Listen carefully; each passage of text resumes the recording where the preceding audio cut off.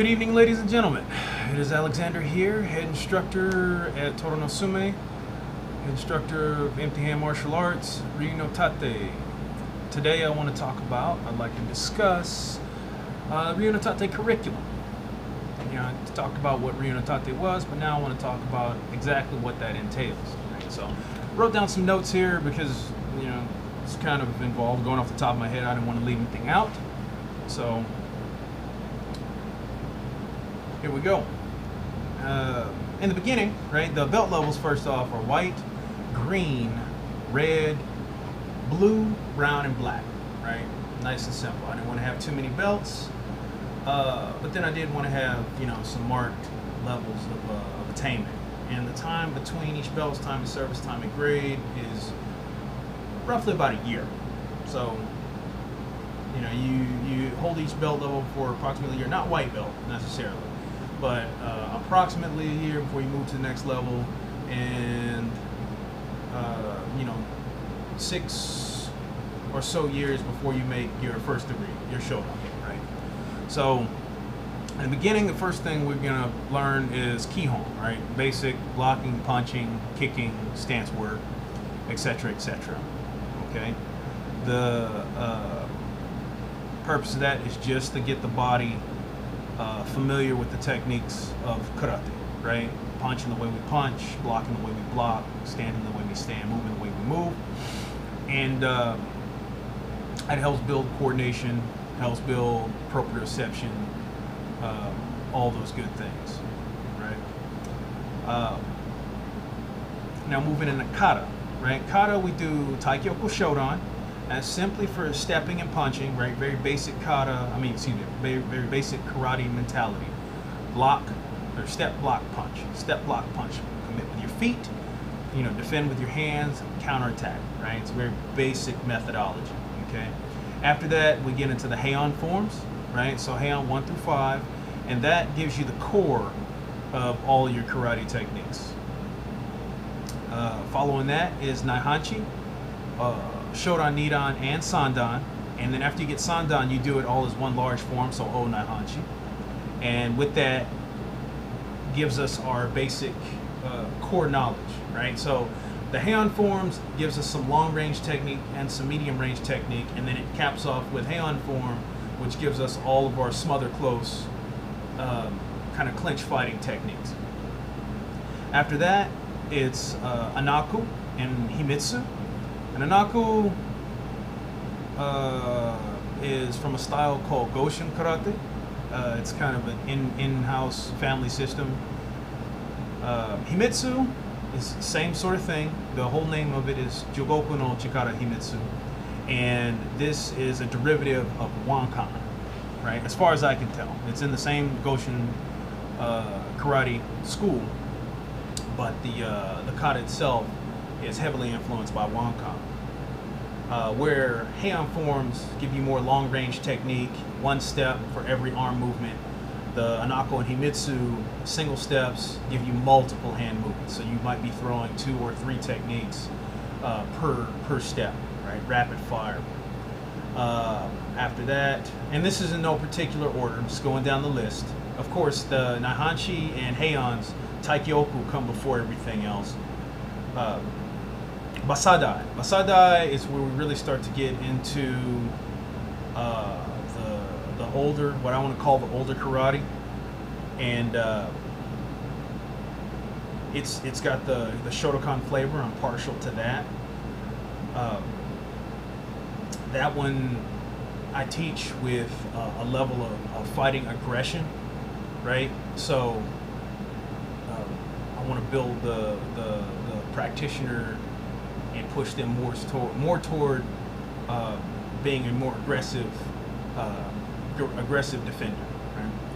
After that, Kurumfa and Seppai, Seizan. Right? Again, we're dealing with a lot of close quarter striking and grappling. I mean, that's what karate is. But in my opinion, Kurumfa and Seppai, Seizan are a little bit more situational. Following that, Konkudai.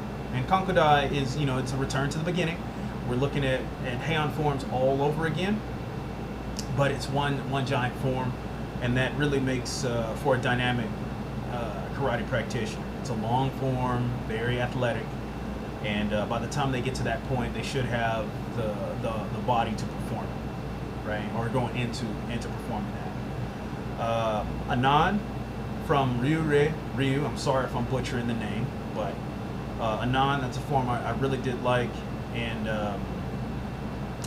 just researching it or looking into it, it really seems like it's heavily influenced by Sai work, and that's one of the Kabuto weapons we study. So that's up for study. Goji Shiho, the Dai version, the greater version, and I've seen it called the old man form, and us old guys would like that form because it's very easy on the knees. And then the final empty hand set that you learn, I don't want to say below black, but at Shodan there's a single form. All of the kata I said before this happened before Shodan, from white through brown, and then after you attain Shodan, you learn the form Ryu no Tate, and that's the longest form we have in the system. And that is again a family art, family style, right? So Ryu no Tate would probably be like if you put Haon 1 through 5, Onaihanchi, and Kankodai, you wedged all those together, or you lumped all those together, it would be about that length. So to complete that form would take a degree of athleticism, flexibility, cardiovascular endurance. It's a lung killer. It definitely is a lung killer. And the whole idea of all these forms, I know it's a pretty extensive list. The core of the art is Haon and Naihanchi, and then Ryu no Tate, and then that's to build your technique. After that, students are free to specialize in any one form they choose, right? But that would be much later. So they get a very surface view of most of the forms, and then later on in their martial art career, I would advise them, expect them to take a single set and really dig deep into that one. Research, learn how to fight with, etc., etc. Okay, and that's just the side of the kata. Okay, now as far as the fighting side goes, right, we borrow heavily from the fighting arts, not just martial arts, but fighting arts where you're actually combating with another person.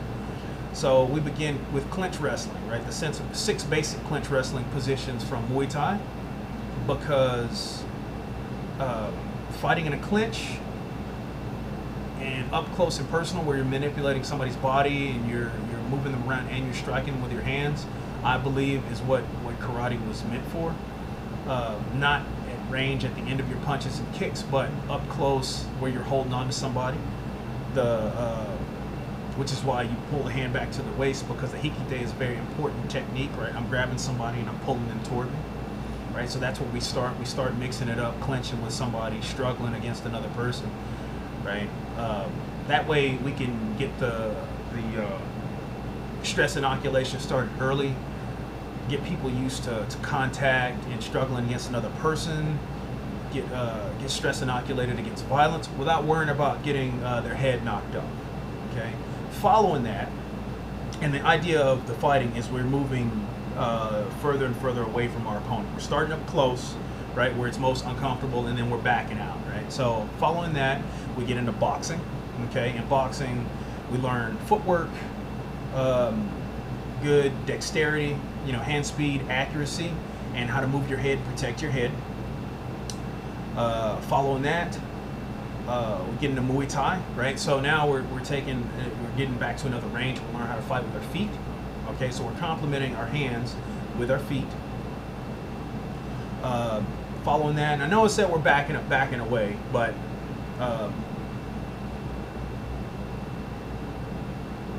and that's kind of the idea. But I put Brazilian Jiu-Jitsu and a little bit of Judo, so throws and takedowns. Focus heavily after we've gotten from boxing into Muay Thai, right? Because we're starting off in a clinch, we're moving back to boxing range, we're moving back to kicking range. Now we can move in and out of those ranges. I can move from kicking to boxing range into a clinching range, and then instead of just manipulating the person's body and backing out again, now I've got those tools built. Now we can utilize those tools to put somebody on the ground, right? So we're moving in and out of range, close, taking somebody down to the deck, and then dealing with them down on the deck. So once we get to that point, we'll compress all those together and essentially get MMA style sparring, where you're fighting at every range. Okay. Beyond that, reserved for people that have attained a level of skill, we get the point sparring, right? And I know some people will turn their nose up at point sparring, but I utilize point sparring to really focus on what we'll call Kyusho Jitsu, striking vital points, right? You want, what is that? Is it Hiki no Tate? No, not Hiki no Tate. That's vertical fist. Ikin Hisatsu. Yeah, one shot, one kill. Excuse me. One shot, one kill is the idea behind some point sparring, right? So I'm going to try and set myself up and get a very focused, shattering, debilitating strike to a vital point, right? Smallest amount of effort to a very,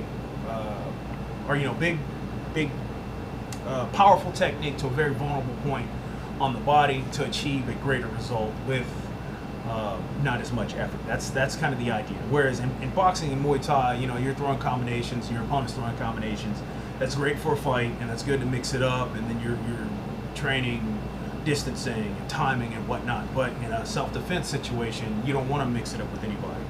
You want to throw your combination or your single strike, get the biggest bang for your buck, and then beat feet. Just kick rocks, man. Get out of there.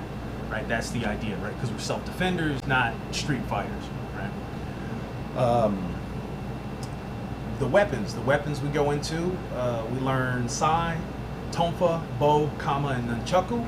And the weapons start at green belt. So after you've learned basics, right? I do believe you should learn kabuto weapons alongside your empty hand martial arts, because it just strengthens your empty hand martial arts.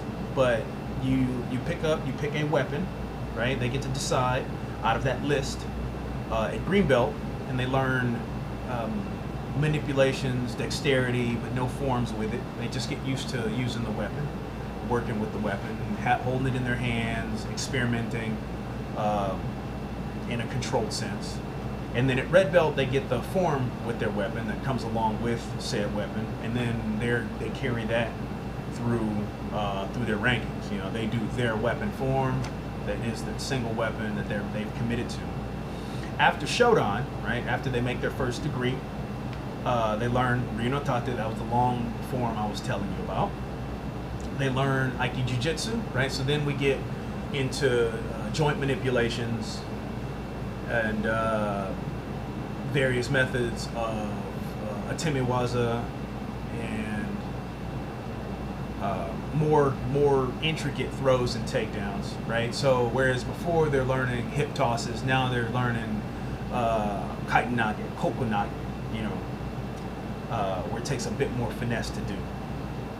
And then after Et Shodan, they acquire the other weapons, right? So if at green belt you pick tonfa, you have tonfa up until you make your Shodan. At Shodan, you will pick up the sai, the bo, the kama, and nunchaku.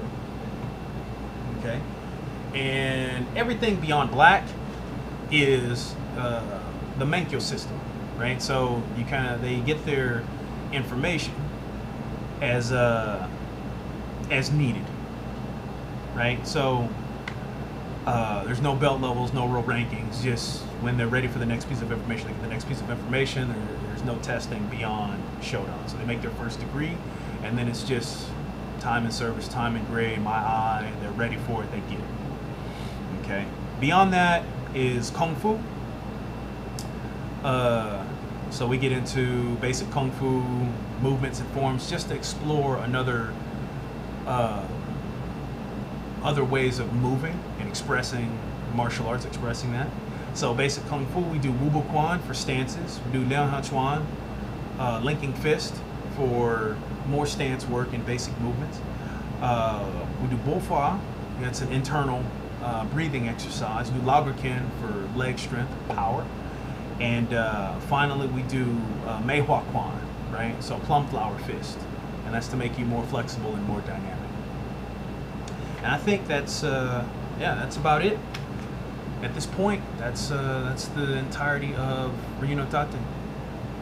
So let me know what you think, and let me know if I should add anything, or if you think I should add anything, or some things you think I should take out. All right, I will see you next time. Peace.